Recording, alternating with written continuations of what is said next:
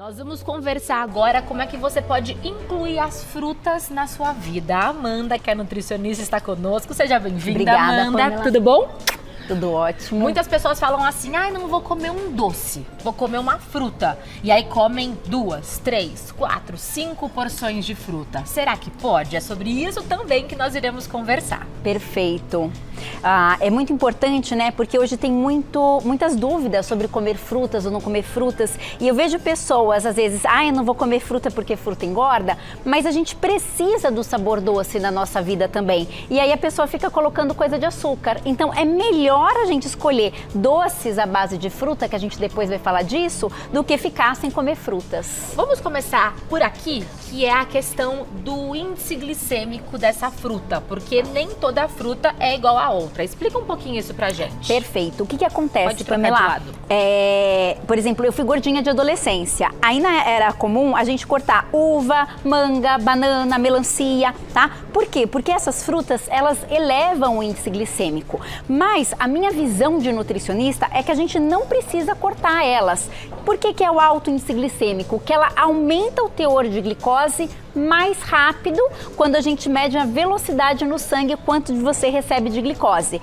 Porém, essas frutas, elas têm mais açúcar e elas matam mais a vontade de comer doce. Então, essas frutas aqui que eu falei, uva, manga, banana, melancia, menos a melancia que a gente vai chegar lá, tá? Elas são ideais da gente comer depois da refeição, porque aí você teve proteína, gorduras, fibras, ou acompanhadas. Não é à toa que a gente casa banana com aveia e canela, tá? Porque a canela baixa o índice glicêmico, a aveia também, ou castanhas. Então assim, tô no meio da manhã, quero comer uma dessas frutas. Você casa com uma porção de castanhas, ou uma fatia de abacate, ou uma aveia, e você consegue comer a sua fruta favorita sem aumentar o seu índice glicêmico. Então você une outros grupos alimentares para que esse açúcar entre lentamente no organismo. Perfeito, exatamente. E você não deixa de comer a sua fruta favorita, tá? Aqui nós temos já frutas com baixo índice glicêmico. Então são frutas mais liberadas? São frutas mais liberadas, pode dizer assim. Então são frutas para eu comer entre as refeições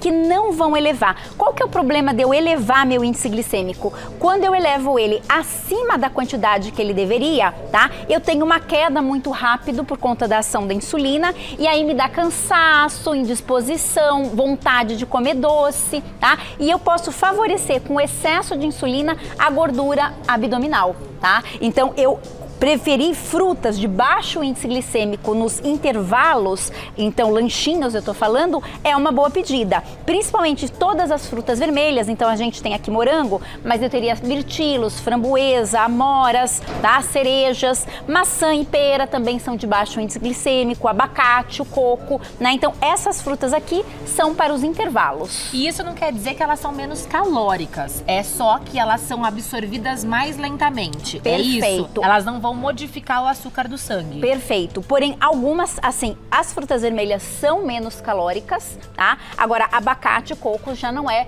menos calórico, é uma fruta altamente calórica, tanto o abacate quanto o coco, né? Então, tudo na vida é uma questão de porção e de casamento adequado, né? Então, casamento adequado das frutas sozinhas, das frutas casadas. Então, é isso que você precisa aprender. Por isso que eu achei que essa pauta é tão legal, porque a gente tem muitas dúvidas sobre comer frutas ou não comer frutas. E os diabéticos também têm muitas dúvidas. Muitos acham que não podem e outros acham que podem comer, já que não é doce. Mas tem essa questão do índice glicêmico. Explica um pouquinho isso pra gente. Então, o que acontece? O diabético, tá? Ele pode comer. Agora, também tem que prestar atenção no tamanho da porção, tá? Então, assim, por exemplo, manga, eu vejo muitas pessoas achando que é uma manga inteira. A porção de manga é uma fatia de manga ou 1/3 da manga, tá?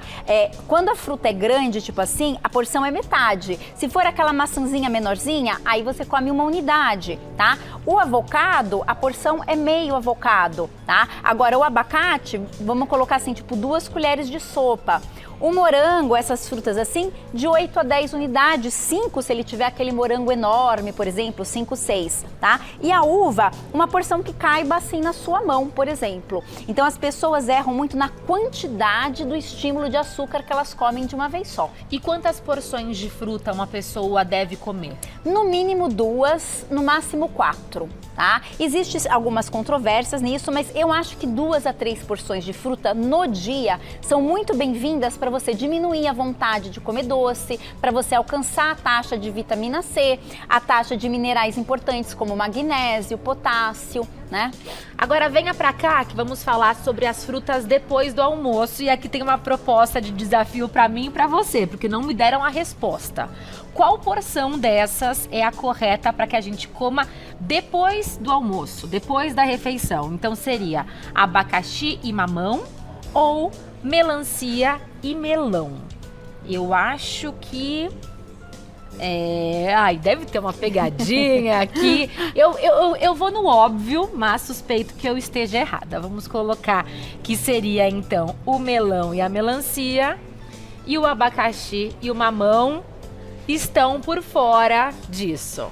A diretora já achou que seria o contrário. Não conte ainda, deixa o pessoal de casa pensar um pouquinho. Chutar. Pense um pouquinho aí qual é o grupo alimentar que você deveria comer. Aqui você trouxe pra gente algumas sugestões de como enriquecer essa fruta. Explica Perfeito. um pouquinho. Aqui, na verdade, são as frutas ricas em potássio. O potássio, ele ajuda a regular a nossa pressão arterial, tá? E a nossa célula é uma bomba de sódio e potássio, energeticamente falando. Então, aquele cansaço, aquela apatia, você aumentando o potássio, você também melhora o seu nível de energia. Então, a gente tem goiaba, a gente tem banana, a gente também tem frutas secas, né? Pré-treino seria interessante comer uma pré-treino banana? é maravilhoso, uma Precisa de goiaba, uma disposição banana. rápida. Exatamente, tá? Agora, para, por exemplo, essa pessoa que é diabética e aí ela tem um problema de rins, aí o ideal é que ela não tenha excesso de potássio no corpo, né? Ou quem faz diálise. Aí a gente controla para não, tá? Mas se não é o caso, são frutas muito indicadas para essa vitalidade. Quem tem problemas renais tem que evitar frutas com potássio. Exatamente. É isso. Mas ou fervê-las, tá? E aí descartar a água e aí comer com consumo limitado, mas é importante que tenha orientação do médico ou do nutricionista. Perfeito. Aqui na frente nós temos o abacate e as frutas secas. Que grupo é esse? Tá? O maracujá. O maracujá, tá? Imagina, desculpa. sem problema. Sabe quando a gente tem, Pamela, aqueles tremores quando a gente vai dormir, que parece que vai cair da cama? Não sei se já teve, tá? Ou aquele olho que treme, ou aquela perna que não fica quieta. Eu sempre achei que isso era sobre nervoso. E só que assim, o que acontece? O magnésio é um mineral relaxante, ele dá a ordem de você poder relaxar, tá? Quando a gente está muito estressado, o corpo entra em conflito se é para relaxar ou para manter estressado, tá? E o magnésio, ele fica é ele que faz esse relaxamento, então é uma carência de magnésio que provoca essas contrações. E aqui são frutas bem ricas em magnésio, tá? A gente teria banana aqui também, a gente teria agora fruta seca, né? A gente tem figo, damasco, maracujá. Então aquela vontade de comer um docinho depois do jantar, você pode fazer, por exemplo, tanto comer o maracujá doce, né? Que é uma outro delícia, tipo, por sinal. ou fazer um suco, aqui um chá de maracujá, sabe? Você ferve as sementes, peneira e aí você toma com um pouquinho de mel esse chazinho, ou você comer uma porção de um fruto seco nesse momento, depois do jantar, que você melhora o magnésio e você provoca um maior relaxamento. Esse é o horário que as pessoas mais têm compulsão alimentar, correto? Depois do jantar, que você relaxou, tá assistindo algo. Então é um alimento interessante. Super interessante. E as propostas de sobremesa que eu trouxe também, que a gente vai falar, também são bem para esses horários que a gente tem vontade de comer doce. Nesse chá, eu posso ferver tudo, inclusive a casca do maracujá? Pode ferver tudo, inclusive. A casca do maracujá é muito rica em pectina, ela traz bastante saciedade. Então, quem gosta de fazer geleia em casa, pode usar essa polpa branca do maracujá para isso, por exemplo, para fazer geleia. E aqui nós temos então o kiwi e a laranja. Que grupo é esse? Aqui são as frutas ricas em vitamina C, tá? E a gente tem no corpo um mineral que é muito importante, que é ferro, que baixa de ferro favorece a anemia. Quando eu caso uma fruta rica em vitamina C, após o almoço principalmente, a gente aumenta a absorção do ferro, assim, mas muito mesmo, tá? A gente tem aqui suco de acerola e suco de caju, tá? Então são possibilidades depois do almoço de você aumentar a absorção do ferro. ferro. Já que você trouxe o tema suco, muitas pessoas falam que o suco não é igual o consumo de uma fruta. Qual que é a diferença? Isso é mito, isso é verdade? Posso tomar suco? Não pode? Então, o problema do suco, por exemplo, se eu falar pra você comer 10 laranjas, 5 laranjas, você vai achar que eu sou louca, né? Imagina, descascar 5 laranjas e comer na sequência, tá? Então, o problema do suco é esse, que você tem uma grande quantidade de açúcar de um modo único, assim, tá? Então, o ideal nesse momento é que você chupe a laranja. Tá? Agora, essas frutas de pouco índice glicêmico e que não são frutas que elevam o índice glicêmico, que é o caso da acerola, que é o caso do caju, limão, por exemplo, dá para você fazer um suco. Uma limonada, Uma né? limonada, Bem gelada, tão gostoso. maracujá, a fruta vermelha. Então, assim, se eu tiver vontade, um café da manhã, por exemplo, são frutas boas para você bater no suco verde. A maçã, a pera, o morango, o maracujá. Aí, se você for usar laranja, aí você usa uma unidade de laranja. E voltamos para as frutas depois do almoço. Será que é abacaxi mamão ou melão e melancia? Qual é a resposta? A resposta é assim, Pamela, ó.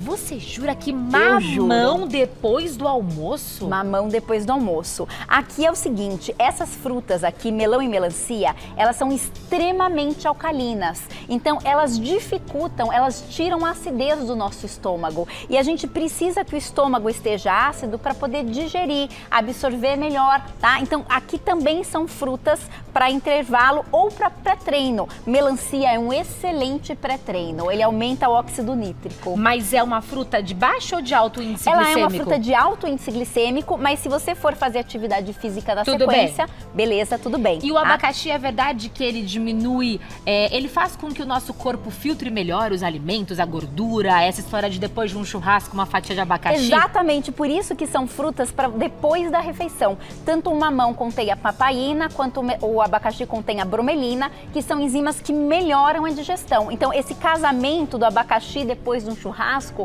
é bem-vindo e o mamão também é bem-vindo. Meu vozinho passou a vida inteira comendo certo. Ele comia mamão depois do almoço e eu falava, vô, isso é pro café da manhã. Não, então ele estava certo. Ele estava certo. E tem mais. Então, assim, sabe qual é a sensação da gente estar se sentindo assim, meio empachado? Ou parece que a comida não faz uma digestão? São frutas maravilhosas para isso. O abacaxi, inclusive, você pode lavar a casca com uma escovinha e ferver, porque ele é um excelente também diurético natural. Então, chá da casca do abacaxi é maravilhoso agora, que a gente espera que o verão fique, né? E aí, eu sei que não vai ficar essa semana, mas enfim, eu torço uma hora que ele fique. E duas sugestões para você de sobremesa. Uma delas é muito simples, que é um carpaccio de manga.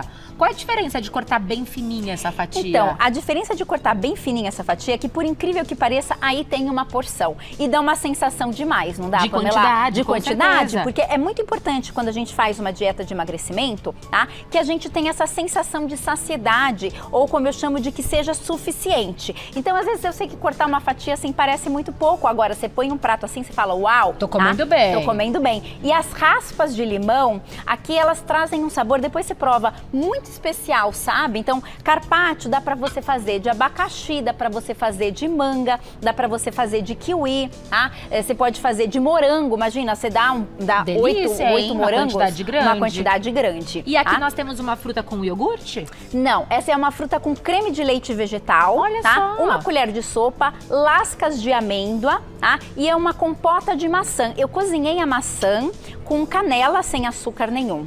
Ah? Nossa, que delícia. Bom, então, eu vou ficar por aqui experimentando tudo isso. Te convido a seguir a Amanda no @amanda.tarica.nutri para conferir mais dicas. Muito obrigada, Amanda. Você Pamela. é maravilhosa.